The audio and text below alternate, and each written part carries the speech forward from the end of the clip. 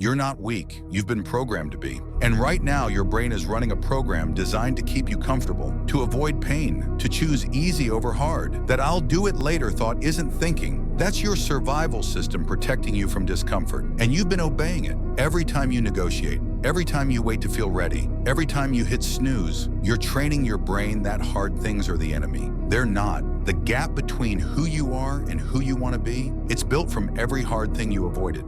So today, I'm going to give you the exact system that forces your brain to stop avoiding hard things and start craving them. Let's start with number 1. Stop negotiating with your brain. Every time you think about doing something hard, your brain opens a negotiation. Maybe after this episode, "I'll do it when I feel better. I deserve a break." That's not thinking. That's your survival system trying to save energy. And every time you agree, you teach your brain that hard things are optional. They're not. The second the thought appears, you move. No gap, no debate, no permission. Because negotiation is where discipline dies. Action is where your brain learns it has no vote. You don't discuss, you don't decide, you just execute. The conversation ends the moment you start moving. That's how you take back your control. And once you take back your control, nothing can stop you.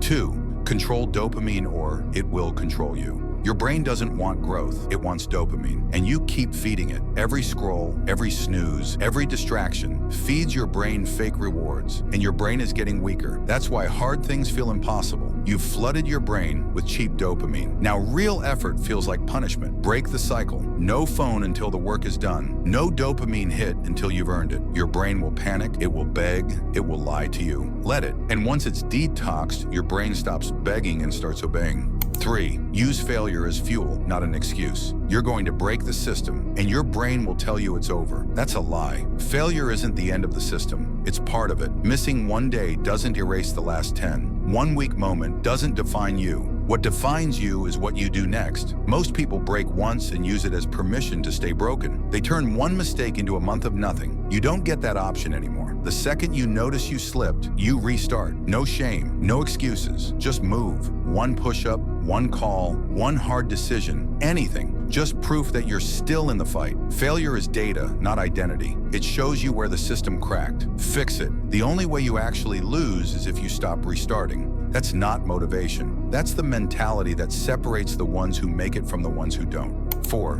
Build proof until hard feels normal. Every day you avoid the hard thing, you're building a case against you. Your brain tracks everything. And right now the evidence says you quit. Flip the entire game. One hard thing every single day. No exceptions, no negotiations. Cold shower, heavy workout, difficult conversation. The task you've been avoiding. Stack them. Let your brain see that you are someone who does hard things. Not when you feel like it, always. Eventually, your identity shifts. Hard stops being a choice. It becomes who you are.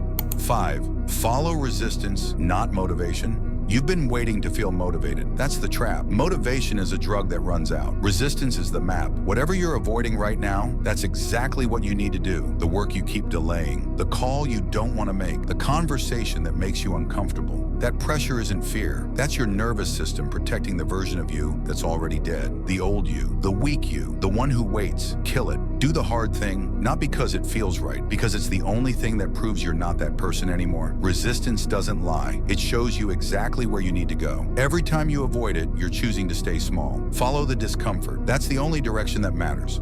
You now have the code. Most people will watch this and do nothing. Don't be most people. Pick one hard thing and comment which step you are starting with.